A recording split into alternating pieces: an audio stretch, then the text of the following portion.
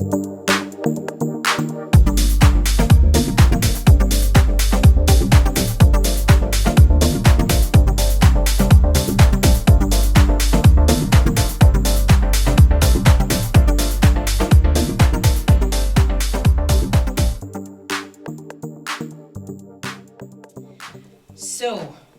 the book of Esther.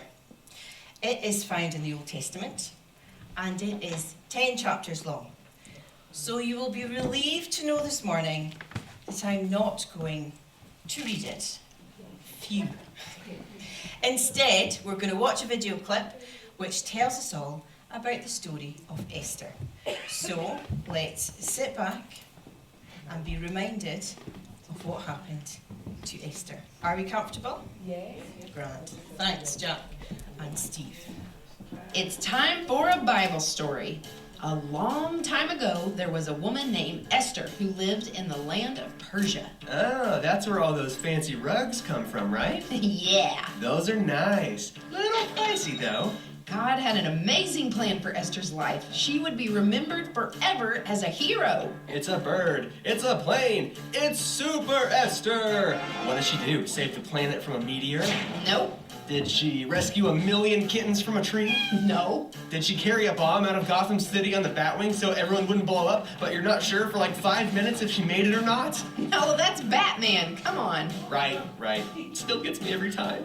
Esther did something even more amazing than all of those things, and it sure took a lot of guts to do it. All right, lay it on me. What's the sitch? Well, first of all, Esther and her family were Jewish, which was kind of a big deal back then in Persia. What do you mean? Well, at the time, the Jewish people weren't really liked by the Persians. In fact, they had to live in exile, and they weren't treated very well at all. Yikes, that's no good. Esther was also an orphan, and she lived with her cousin Mordecai, who protected and raised her after her parents died. Sweet beard, bro. Then one day, something happened that would change Esther's life big time. The king of Persia wanted to find a new wife, so he put on a huge beauty pageant where the winner would become the queen. Wait, really? That's a pretty weird way to get hitched. Like, congratulations, you're the new Miss America, and we're married. Well, as weird as it may sound, that's what the king wanted to do, so that's what happened. Women from all over the kingdom were there, but there was only one that the king favored. Paula Deen. What? Yeah, think about it. He would eat like a king. Well, I mean, I guess he's already a king, but think about how awesome every meal would be. Breakfast, bacon. Lunch, biscuits and gravy. Dinner, butter bacon biscuits with a side of butter. Come on, Paula Deen wasn't around then. This happened like thousands of years ago. Esther was very beautiful, and God gave her favor in the king's eyes, so just like that, she won the pageant. Wait, so Esther became the queen of Persia? Yeah. Okay, that's cool and all, but didn't you say that Esther was Jewish and that, like, the Persians didn't like Jewish people? That's true, but the king didn't know that Esther was Jewish. She didn't want him to find out because she didn't know what would happen to her. So she kept it a secret and never brought it up. Okay, so, like, now she's the queen. Crazy. Is that it? No way. This is where the story really picks up. There's another guy that works for the king named Haman, and he's a pretty bad dude. He hates the Jewish people so much so that he actually brings an idea to the king that would be terrible, to kill all of the Jewish people. Whoa, that's really rough. Like, surely the king doesn't go through with it, right? Actually, Haman gets the king to agree and sets the plan in motion. Wait, but if all the Jewish people are killed, that would be horrible. They're like God's chosen people, aren't they? And that's where Jesus would eventually come from. This can't happen. Somebody's got to do something. And that's where Esther comes in.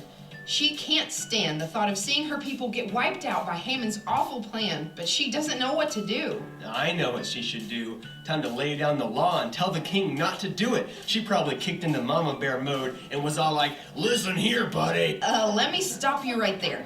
Keep in mind that this is like ancient Persia. You couldn't just approach the king whenever you wanted to, even if you had a reason. Anytime someone would just pop off to the king, they'd usually get a pop off themselves. Ah, gotcha. So I guess she's in a pretty tough spot, huh? Totally. On one hand, she didn't want to see her people destroyed, but on the other hand, she can't just walk up to the king and tell him what to do. Even the queen? Nope, nobody could just walk up and talk to the king, period. Man, this is tough stuff. So what'd she do?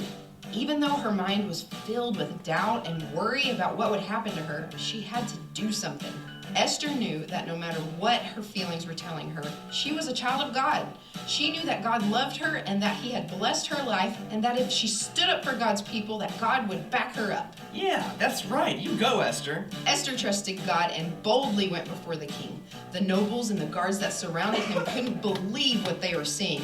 Who did this woman think she was, that she could just walk up to the king on her own? Oh man, I bet her feelings were totally freaking out. I'm sure she was feeling a lot of things. She asked the king if she could make a request, and to everyone's surprise, the king wasn't upset. He didn't call for her to be taken away by the guards or thrown in jail, but instead, he listened. Phew, that was intense. Okay, he's listening. Time to land the plane. But she couldn't do it. What? She chickened out? Bummer. No, not exactly. She didn't want to come right out and tell the king everything, so she asked to have a banquet and planned to tell him there. Okay, so there's still a chance to save her people. Come on, Esther, you can do it. Later at the banquet, she went before the king with another request. All right, here we go. Showtime. But she was still too nervous. Goodness gracious, you weren't kidding when you said her feelings were freaking out. Totally. She was feeling all kinds of things, even questioning if the whole thing was a mistake. But her cousin Mordecai encouraged her and reminded her that what God says is more important than her fears and doubts, and he told her something that she would never forget. Esther, you were put here for such a time as this. Yeah, come on, Esther, you got this. Esther had dinner with the king again, and the moment came for her to ask her question. She took a deep breath, and she went for it. She pleaded with him not to go through with Haman's plan to kill the Jews. She finally told him that she was Jewish herself, and if Haman's plan goes through, that she would have to die too. Man, Esther is one tough cookie. What happened next? The king was moved by Esther's request and agreed to what she asked. He immediately got rid of Haman and canceled the plan to wipe out the Jewish people. Yeah, you did it, Esther. The king also gave all of Haman's wealth and property to Esther and Mordecai. Not only that, but the king signed a new decree to protect the Jewish people and keep them safe. The people of Israel were saved. Man, Esther is like a real-life superhero. Move over, Wonder Woman. Esther can take you any day. Esther decided to put her trust in who God said she was more than what she felt. And because of that, her entire country was saved. The end. There we go. That was a bit better than me standing reading 10 chapters, wasn't it? There we are. So, I think it's fair to say that when we think about Esther, the first thing that comes to mind is that verse, isn't it? For such a time as this verse. The first thing that kind of sprung to my mind, so I'm hoping it's the first thing that sprung to most of your minds too. But before we get to that verse, there's a few things that we need to remember from the earlier part of the story. Mordecai was a Jew, and he worked at the palace. He became to be there because he was captured when Jerusalem was destroyed by King Nebuchadnezzar. And he was exiled to Babylon along with many other people. Esther was an orphan, and we don't know how her parents died, but we do know that she was the cousin of Mordecai, so it's possible that she was exiled to Babylon too. And Mordecai adopted her and looked after her as his own daughter. With the information we do know, we can therefore presume that she potentially had a very tough upbringing. Fair to say? She also had to hide the fact of who she really was. She had to hide the fact that she was Jewish. But she trusted Mordecai, who was a God-fearing man. So the king of Persia, he had disposed of his wife, to say it in a nice kind of way, because the queen, because she didn't toe the line and come to him as soon as she was summoned. So when the king was then ready for a new wife, for a new queen, Esther, who was beautiful, by the way, along with other beautiful women, were brought to the palace, and the king chose Esther to be his new queen. Now, I remember having fairy tale dreams of a handsome prince whisking me off to a palace which would be something like Downton Abbey, perhaps. Needless to say, I'd be living upstairs, and Carson would be there to look after me and my every need. But obviously got a better option. Obviously. It's a lovely dream, isn't it? To become a princess, to become a queen. It's a lovely kind of dream that as little girls sometimes we have. But I can't begin to imagine how Esther felt being married to a man who could, like that, decide to have her killed. That's what he did with his last wife. So he could have. That's it. Next, please. Couldn't he have? How that must have been to live with that fear all the time. I don't think it would have been a fairy tale for her.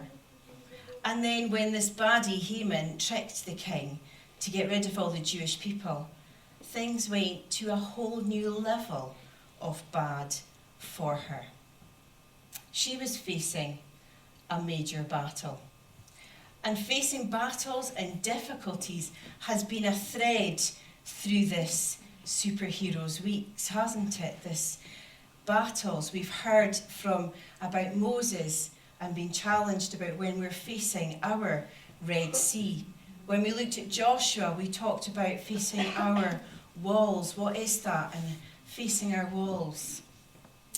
When we talked last week about David and Goliath, David facing the giant, it's all very similar, these battles that we have looked at.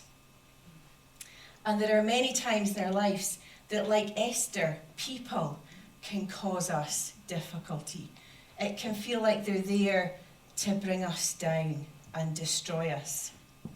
But there are lessons that we can learn because God has a big plan for our lives, bigger than we can imagine. And I'm sure Esther never imagined that she would become queen, and how that then would lead to her playing such an important role in saving her people. God had a big plan for Esther, and he has a big plan for you and for me. And sometimes we limit God, don't we? Because our understanding is not his understanding. And we sang it this morning. You're perfect in all of your ways. Our ways are not his ways. And I'm glad of that this morning. You? I am. You see, we see a little part, but he sees the whole picture, doesn't he? And I've said it before during these weeks of superheroes. Psalm 121, lift your eyes to the hills. When we take our eyes off the situation that we're in and look to him who knows it all, who knows what's happening more than we know. It's a choice, isn't it? We have to choose to lift our eyes. Esther listened to the wise counsel of Mordecai. And when we were looking at Samuel, at Deborah and Samson, we learnt how it's so important, didn't we, to be careful about who is influencing us. Who is the loudest voice? Who are we listening to more in our lives? When things are difficult and we need that extra support for a situation, who is our Deborah we talked about, didn't we? And are we being a Deborah and supporting someone else? Mordecai was there for Esther. Mordecai was Deborah for Esther. And that's where the verse I mentioned at the beginning slots in Esther 4:14. Yet, who knows whether you have come to the kingdom for such a time as this? Mordecai was encouraging her, wasn't he? Perhaps this is it. This is the moment. This is your moment. And I'm not going to burst into Martine McCutcheon singing. I promise. He's saying to her, perhaps this is the moment for which you were created. It's a good question to ask, isn't it? When we're facing a difficult situation, instead of looking at the huge problem in front of us, asking God, is this one of the moments that you created me for? What would you have me do, Lord? How would you have me respond to this situation, to this Red Sea, to this wall, to this giant, to this person?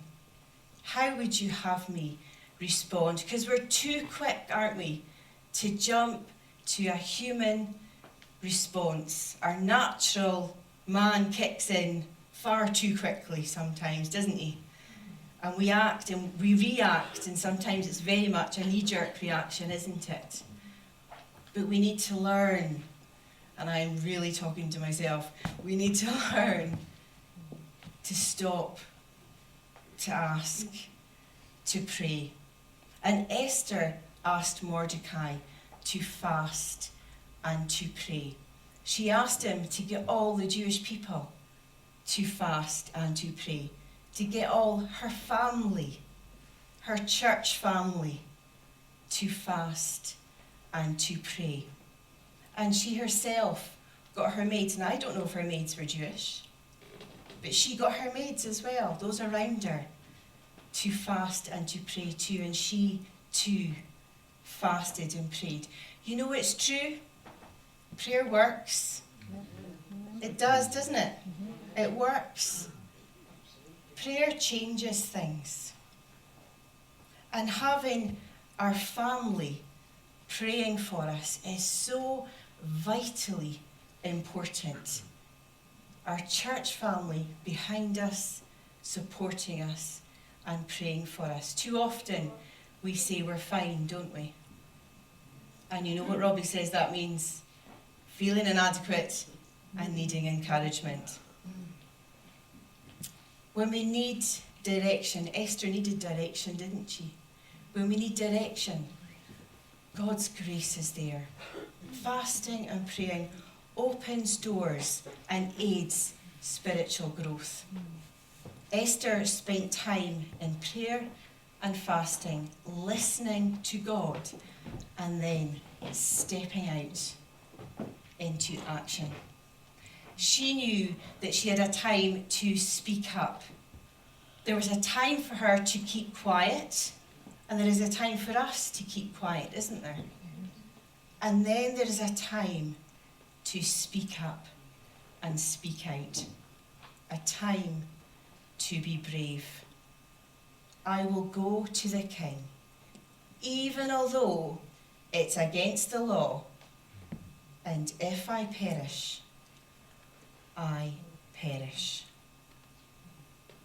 She knew what had happened to the queen before her, and it would be a very real possibility for her. Esther was willing to die to save her people. Sometimes we need to stand in courage, even when it's not the popular thing to do, and to risk it all. And as daughters and sons of the King, we can stand before any king, small k, of this world. Who are we when we stand before situations? We heard last week about David standing before Goliath, he stood in God's strength, didn't he? And I believe Esther did the same. She stood in God's strength. And we need to learn and stand tall, stand firm in the Lord. Because Esther had favour, didn't she? In her life, in the difficult situation she faced, she had favour. And Esther also had influence as a result of that favour. Now, I don't know about you, but most of the time, when I am praying for favour and asking God for favour, it's about before I go to a meeting or a big meeting and I'm needing it to go my way, or something really important is happening and I'm asking the Lord, please give me favour for this. I need favour for something that's difficult, whatever. But over this kind of last week and looking at Esther and studying more, it seems to me that Esther had favour in every day of her life. And perhaps I should be asking God for favour daily, not just for the big things. Because God's interested in the small things too, isn't he? And asking God daily for favour. You see, favour in the Greek can also be translated as grace. So when praying for favour in our lives, it's the same as praying and thanking the Lord for his grace. And I wonder how different our days would be if we began to thank the Lord for the grace and the favour that he has given us and taken our eyes off the situation that we're in and looking to Jesus. Oh, how different things would be for all of us. God will give us the courage to do what he asks us to do because we face it in his strength. Remember, he will never leave us. He fights for us. And as I said earlier, God's plans are bigger than our plans, aren't they? They're bigger than we can even imagine. And I believe that it's no accident that you work where you work, that you live where you live. It's no accident that you attend the school that you attend, that you're going to the university that you're going to. It is no accident where God has placed you. It is for his plan.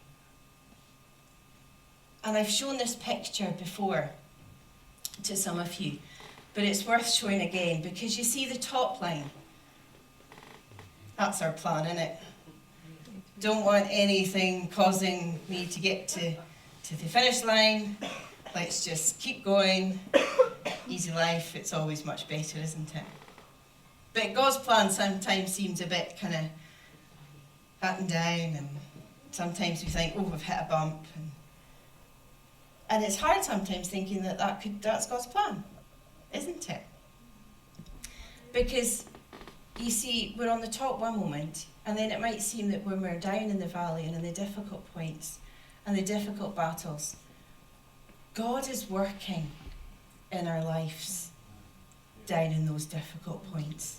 And we don't see it at the time, but he really is working. And sometimes it's not until you've kind of got up a little bit and out of that you look back and you actually see God's hand was so there. It was so there.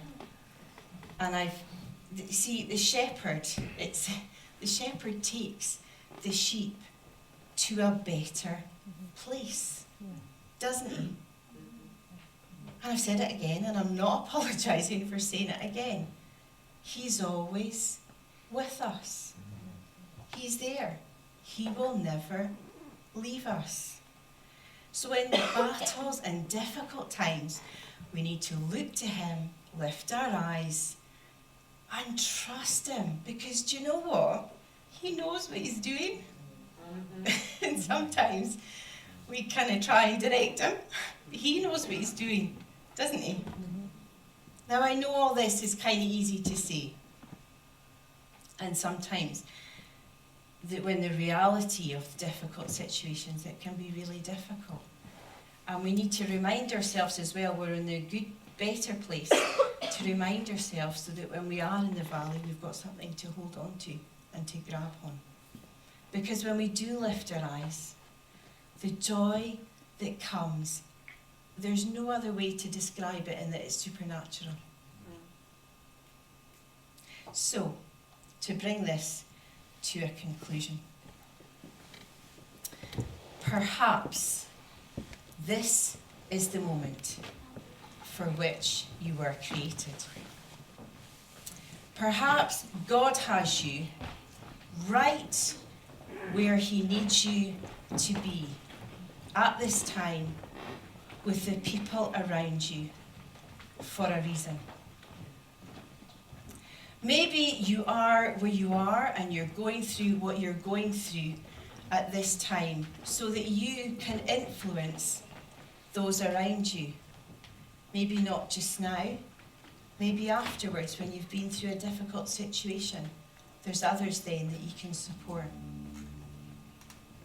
Maybe God wants you to move into different ministry. Perhaps the time to say stay silent is over. And perhaps it is time to speak out. Only you and God know your situation. Let's learn from Esther and let's take time to pray and to fast, to ask others around us to do the same for us on our behalf, to ask others around to be a Deborah. And when the time is right, step out. Step out in faith. Speak out. What is God leading you to do? Now, I said that prayer works, and I 100% believe that. It works. We don't always, though, get the answer that we want, do we? But we believe God's plan is right for us. And bringing God right into the heart of every situation is always the best thing to do. He is interested in every area of our lives, even the bits that seem a little bit insignificant. And you think, oh no, I'm not going to share that. God's interested in you as a person. That means all of it and all of you.